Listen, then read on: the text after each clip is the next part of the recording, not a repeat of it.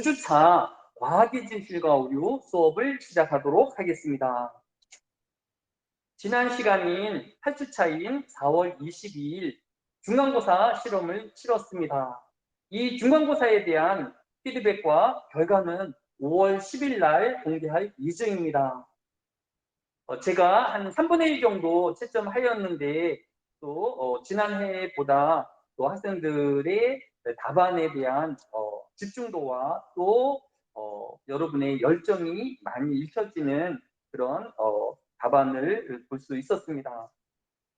또 여러분이 남은 기말고사까지 최선을 다해주고 또 여러분이 혹시 결석이라든지 미용시 하는 학생이 있다라고 하면 저한테 개별적으로 연락을 주면 방법을 찾아보고 또 여러분이 함께 할 수 있는 방법들을 돕도록 하겠습니다. 끝까지 포기하지 말고 이 한 학기를 잘 함께 마칠 수 있기를 바랍니다.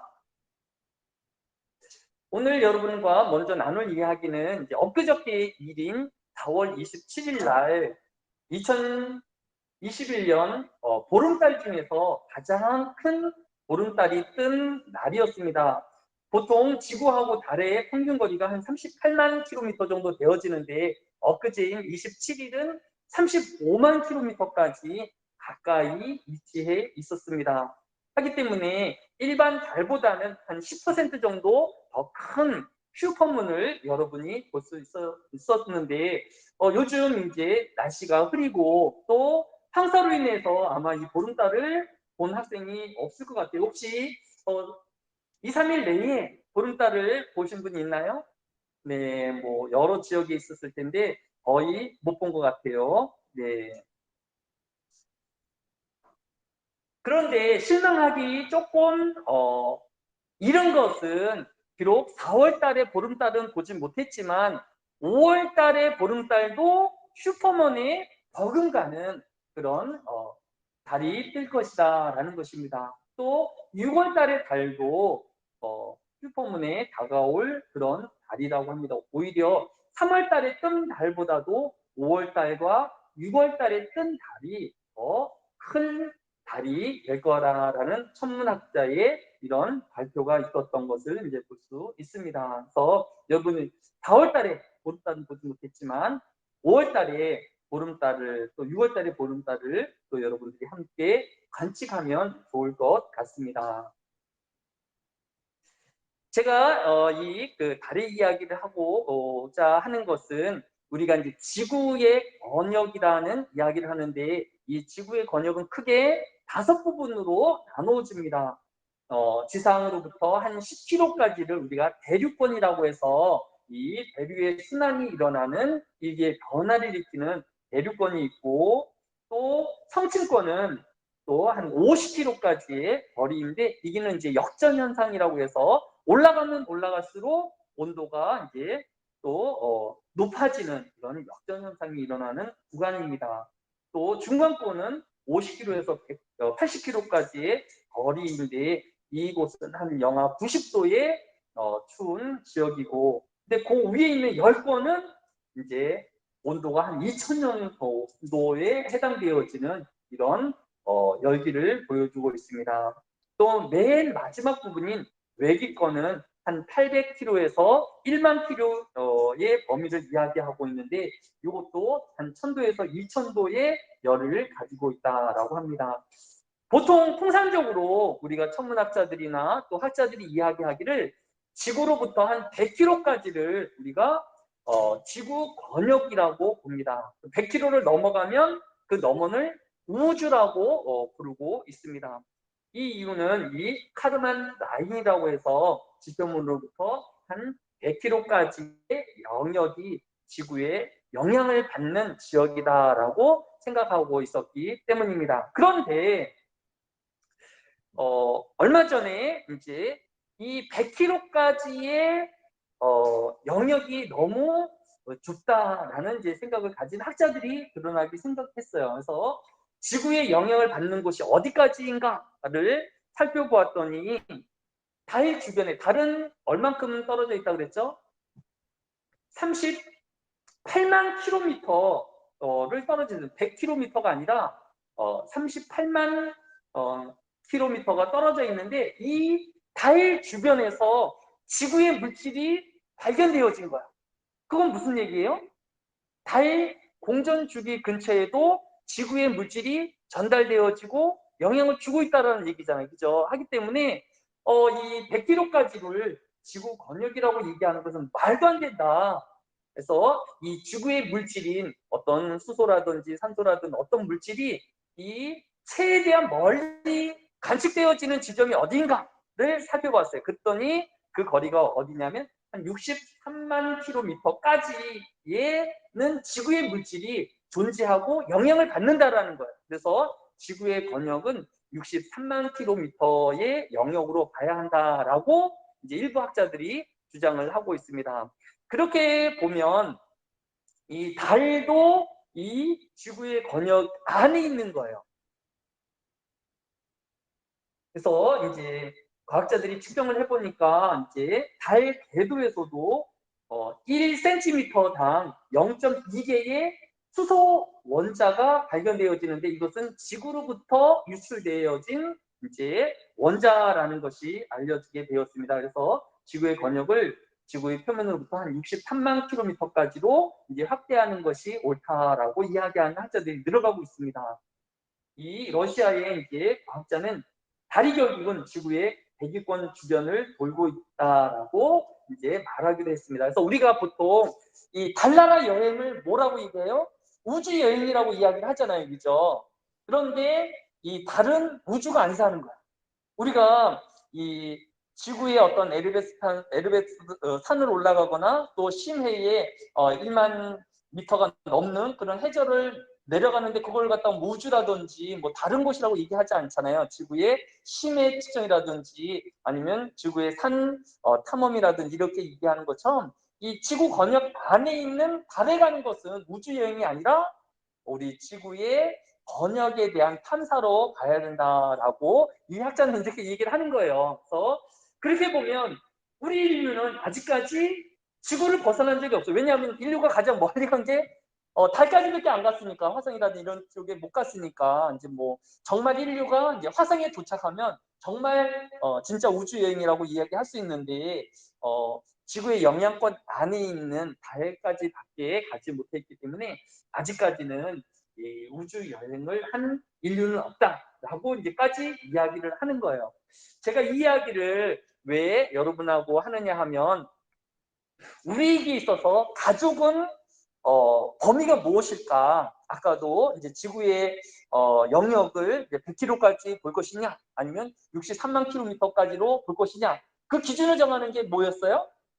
지구의 영향력이 어디까지 미치는가를 중심으로 보았잖아요. 마찬가지로 우리에게 있어서 가족이라든지 친인척이라든지 이런 개념도 획일적으로 뭐 4촌까지, 8촌까지 이렇게 끊는 것이 아니라 우리가 영향을 주고 또는 우리가 영향을 받는 그런 일상의 가족의 그룹이 우리의 이제 가족의 범위가 아니겠는가. 그래서 그렇게 보면 어떤 사람한테는 8촌이 가족의 범위인 사람도 있을 것이고 어떤 사람은 뭐 이렇게 3천 정도까지만 이제 1년에 한 번이라도 이렇게 관계를 하고 인사를 나누고 또 안부를 묻는 이런 관계일 수도 있을 거예요. 또 심지어 어떻게 보면 부모하고도 1년 내내 연락도 안 하고 여러분 이제 뭐 집에서 학교를 다니거나 하지만 이제 조금 더 크면 이제 독립을 해서 부모에게 서운한 것이라 해서 연락을 안 하면 부모도 가족이 아닌 경우가 생길 수 있다라는 거죠. 그래서 여러분이 이제 5월 달이 이제 내일 모레잖아요, 그죠? 정말 가족이라는 것은 그냥 이름으로만 되어진 것이 아니라 어떤 영향력을 주고 또 영향을 받을 때에 가족의 개념이 또 이웃의 개념이 또 이렇게 생기는 것이다라는 또 생각을 해보게 되었습니다. 그래서 여러분이 그냥 막연하게 가족, 그다음에 친인척 이런 것이 아니라 내가 찾아봐야 할 어른이 있는가, 또 우리 가족이 아니더라도 우리 학교에 또 지도 교수라든지 또 선배라든지 또 후배라든지 동료라든지 이 범위도 여러분들이 뭐 같은 과에 있지만 한 번도 동료들하고 어울리지 않고 하면 사람은 그 그룹의 동료라고 이야기하기도 어려울 수 있을 거예요. 여러분이 스스로 동료들을 찾아가 보고 또 학교의 교수님들과 또 상담도 해보고 그러기를 바랍니다. 왜 이야기를 하냐면 이제 여러분이 이제 기말 평가하고 하나 더 남아있는 것이 이제 과제가 있는데 이 우리 과학의 진실과 오류는 이제 세 가지 이 부분으로 나누어서 평가를 하는데 하나는 이제 중간고사이고요. 이제 벌써 치렀고 이제 기말고사 하나 남아있고 그다음에 과제가 있어요.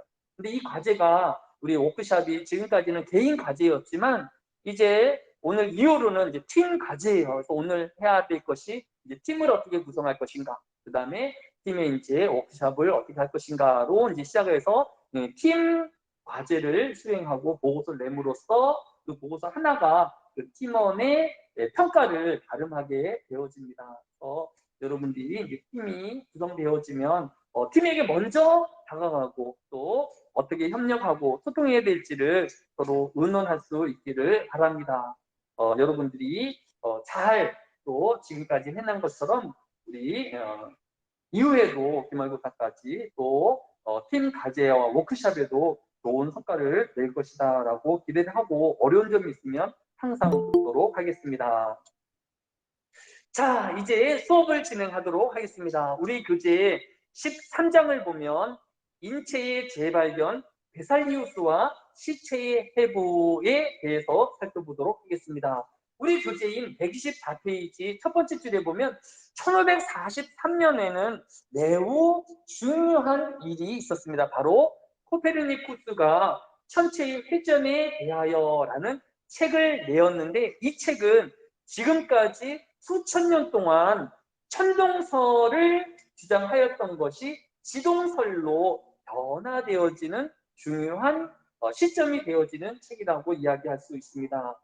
이 수천 년 동안 이제 별들이 움직이는 것이었다가 아니라 우리 지구가 움직이는 것이었고 과학은 자연 안에서 발견되어지는 것이 아니라 인간이 자연에 부과하는 것이라는 사유의 전환이 일어난 시점이 되어진 것입니다. 그리고 이 1543년을 기억해야 할 또 하나의 이유가 바로 밑에 있는 책 때문입니다. 안드레아스 베살리우스가 이 해에 인체의 구조에 관하여라는 책을 출간하였는데 이 책이 왜 중요하냐면 이전까지는 우리 인간의 몸을 해부하거나 또 이렇게 열어보는 것이 금기시 되어 있고 꺼려지는 일이었어요. 그래서 이 사람의 신체 구조를 알고 싶으면 사람의 구조하고 비슷한 영장류인 이런 돼지나 원숭이를 해부함으로써 이렇게 간접적으로 인체를 추정하고 또 실험하고 했던 것을 볼 수 있습니다. 그런데 이 베살리우스를 기점으로 해서 실제 인간을 해부하고 관찰하는 이런 의학의 전환이 이루어진 시점이 되었다라는 점에서 이 중요하게 여겨지는 것입니다. 우리 교재 124페이지 밑에서 네 번째 줄에 보면 중세 시대의 인체에 대한 회부는 매우 천한 일이어서 이제 의학 교수가 높은 의자에 앉아 있으면 교수들이 이런 회부를 진행하고 또 교수는 설명하는 방식으로 의학 수업이 진행되었었습니다. 그런데 교재 125페이지에 있는 12번째 줄 갈레노스는 그리스 출신의 의학자인데 그가 사람을 해부하고 또 그것에 대한 이런 사파를 자세하게 남겼습니다. 그런데 문제는 뭐냐니까 시간이 흘러서 정말 사람의 장기를 열어보니까 이 갈레노스의 책이 절대적이라고 믿었는데 아니 이 책에 있는 장기의 모습하고 실제 열어본 장기가 다른 거예요. 사람이 어떻게 생각했냐면 벌써 수천 년 지나지 않았냐. 그러니까 사람들이 이렇게 세월을 가면서 장기가 변형이 되어진 거다. 갈레노스가 잘못 관찰한 게 아니라 인간이 변화된 것이다 라고 생각할 정도로 이 갈레노스의 의학은 절대적인 것이었어요. 그런데 이 갈레노스의 이 의학에 대한 이런 평가라든지 가치가 변하게 되어진 것이 바로 이 베셀리우스가 인체를 해부함으로써 이 진실이 더 자세하게 밝혀지게 되어진 것입니다.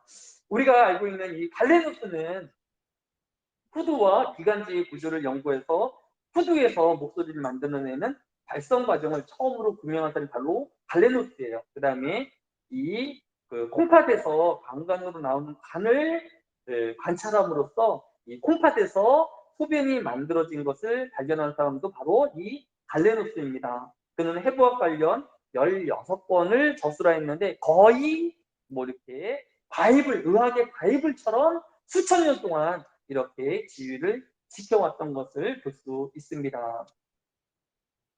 우리가 그 의학의 3대 성인이라고 하면 우리가 의사들이 이제 또 간호사들이 선서할 때 많이 쓰는 히포크라테스를 꼽을 수 있고 또 방금 이야기했던 우리 갈레노스 그 다음에 중세의 이슬람 철학자이자 의사였고 우리 중간고사에도 시험에 나왔던 이븐 시나 이렇게 3명을 꼽을 수 있습니다. 그런데 이에 못지 않은 사람이 오늘 그 13장에 등장하는 이 베살리우스라는 의학자입니다.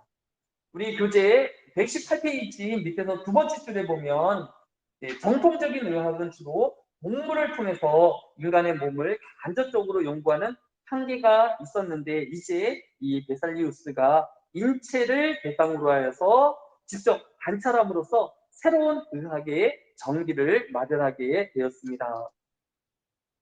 또 이 117페이지 보면 7번째 줄에 레오나르도 다빈치가 나오는데 이 레오나르도 다빈치도 매우 정밀한 인체 해부도를 남겼는데 당시의 교황이었던 레오 10세가 다빈치로 하여금 로마의 화장터에 출입을 금지했을 정도로 이 다빈치가 이 인체 해부에 열중했던 것을 우리가 간접적으로 알 수 있습니다.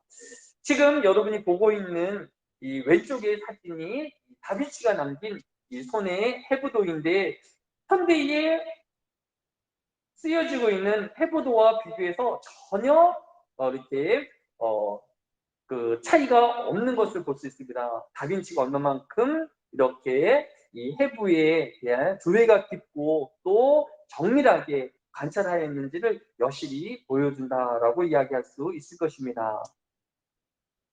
이 다빈치는 아까도 얘기했듯이 다양한 사람들을 해부해 봤는데 그 증거가 무엇이냐면 밑에 있는 사진이 태아의 모습이에요. 그러니까 이 다빈치는 아마 산모가 이렇게 이제 출산을 못하고 이제 죽었을 때에 이 산모도 이 해부를 해서 이 산모 안에 있는 태아의 모습이라든지 또 현상이라든지 이런 것까지 기록할 정도면 얼마나 많은 사람들을 그가 해부했는지 또 관찰하였는지를 우리가 간접적으로 알 수 있습니다. 이 교재 129페이지 보면 이 베슬리우스가 해부학 강의를 한 것은 어떻게 그때 당시에는 수업을 했는가에 대해서 우리가 전해드릴 수 없는데 그 당시 수업에 참여했던 학생이 일기를 남겼어요. 그런데 그 일기가 지금까지 전해지고 있습니다. 그 일기의 내용에 따르면 이제 해부학 시간이 되어지면 시체가 놓여진 책상 주위에 4단으로 원형 계산이 이제 배치가 되어지고 그 다음에 이제 해부학자들이 먼저 입장을 한 다음에 이제 그 학생들하고 그다음 일반인들도 참여할 수 있었는데 이제 20 솔리도스라는 이제 입장권을 사서 이제 일반인들도 또 관심 있는 사람들도 참여할 수 있었다라고 합니다. 그렇게 한 150여 명의 사람들이 참석하게 되어지면 맨 마지막에 베살리우스가 입장을 해서 이제 해부와 수업이 진행되어지는 식으로 수업이 진행되었다라고 합니다. 이 교재 129페이지 밑에서 5번째 줄에 있는 것처럼 베살리우스는 인체 해부에서 얻어진 지식들을 정리하여 저서를 남겼는데 그것이 인체 구조에 관하여라는 1543년에 뜬 책이 출간한 데 얻은 것입니다.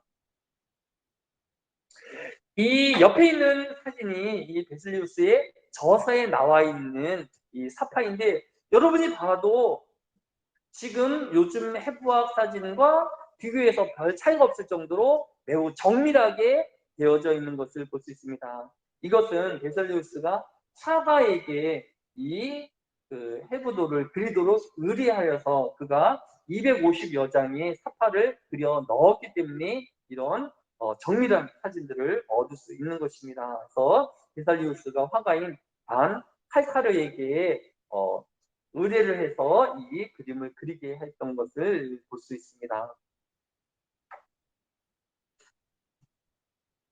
이처럼 베살리우스가 이 해부학을 이제 일반화시키면서 지금까지 천대받았던 외과 의사가 이제 내과 의사만큼 이제 존경을 받게 되었고, 또 여러 인체에 대한 신비를 알아낼 수 있는 그런 계기가 되었던 것을 이제 볼 수 있습니다. 교재 131페이지 세 번째 줄에 보면 베살리우스는 갈레노스가 묘사한 인체 구조 중에 한 200여 곳이 잘못이 있다는 것을 알게 되었습니다. 그 전에 있는 사람들도 혹시 이런 오류를 발견했을 텐데, 그때는 아까 이야기한 것처럼 시간이 오래 수천 년이 흐르면서 사람의 장기가 변형을 일으킨 것이다 라고도 이야기하면서 이 갈레노스를 옹호했는데, 이제는 이제 여실히 잘못된 관찰과 또 오류가 있다라는 것이 드러나게 되었으면서, 이 베살리누스의 책은 또 목판으로, 또 후대에는 더 많은 책을 출간하기 위해서 이제 동판으로까지 새겨져서 유럽 전역에 퍼짐으로써 의학의 혁혁한 발달을 이루게 되어진 것을 볼 수 있습니다. 자, 여러분들은 해부학은 뭐 경험해보지 못했죠. 그런데 또 저희 아버님이나 또 이 선배 우리 교수님들 얘기 들으면 한 60년대 또 70년대에 대학을 입학한 학사람들은, 여러분 지금 과학의 진실과 오류를 교양 과목으로 듣듯이 그때의 대학생들은 1학년 때에 이제 해부학을 이제 교양 과목으로 들었다고 해요. 그래서 실제 이제 해부학을 참여도 하고 이렇게 했다라고 합니다. 그런데 이 해부학 시험이 너무 어려운 거예요.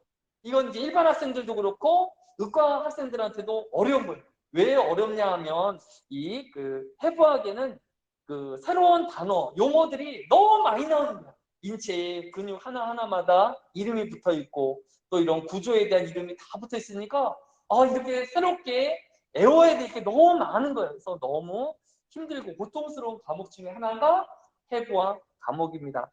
그런데 더 힘들게 하는 것이 무엇이냐 하면, 이 해부학은 의학의 인문 과학이며 무조건 배워야 할 것이 많아서 학생들한테 상당히 부담이 되었는데, 그것보다도 더 힘든 것이 있었는데, 그것은 바로 왼쪽과 오른쪽에 대한 혼란스러움이다라고 이제 많은 의학생들이, 또 이 해부학 과목을 들었던 사람들이 일반적으로 하는 이야기다라고 합니다. 이 얘기가 무슨 얘기인가 했더니, TBS에서 좀 오래되긴 하였지만 뉴스 시간에 뭐가 발견되었냐면, 이 사람이 다리에 연골에 문제가 있어서 이제 병원을 찾았는데 의사가 이제 수술을 잘 끝냈어요. 그런데 알고 보니까 자기가 수술 받아야 될 다리가 아니라 멀쩡한 다리를 의사가 수술을 한 거야. 그래서 이제 이 사람은 마취에 있었으니까 알지 못했다가 이제 마취에 깨서 이제 알아보니까 이게 잘못된 다리를 수술한 거예요. 왜 이런 일이 일어났을까요? 바로 이 의사가 자신이 관찰하는 입장에서 보면 오른 다리잖아요. 그죠? 오른 다리라고 이제 기록을 한 거야. 한데 이 환자의 입장에서는 그 다리가 오른 다리가 아니라 왼쪽 다리인 거죠. 하기 때문에 이게 의사가 보는 관점하고 환자의 신체의 좌우하고는 반대가 되는 거죠. 그렇기 때문에 이런 오류가 생긴다라는 거죠. 그래서 의사들은 자기가 관찰하는 시점이 아니라 누구의 시점으로 기록을 남겨야 돼요? 환자의 몸에 왼쪽 눈이면 왼쪽 눈, 환자의 오른쪽 다리면 오른쪽 다리, 이렇게 기록을 해줘야 되잖아요. 자기가 본 게 아니라. 그런데 이게 훈련이 안 되는 거예요. 왜냐하면 자신은 항상 내가 보고 관찰한 것 중심으로 지금까지 공부를 해왔고 그렇게 익숙해져 왔으니까. 그런데 그게 이제 안 바뀌는 거죠. 그런 결과가 이렇게 멀쩡한 다리를 수술하게 되어지는 일들이 최근에도 비일비재하게 가끔씩 한 번씩 이런 일들이 일어나고 있는 것을 이제 볼 수 있습니다. 이 문제는 이 교재의 저자가 이렇게 얘기한 부분도 있지만 한 부분에 있어서는 여러분에게도 똑같은 문제 현상입니다.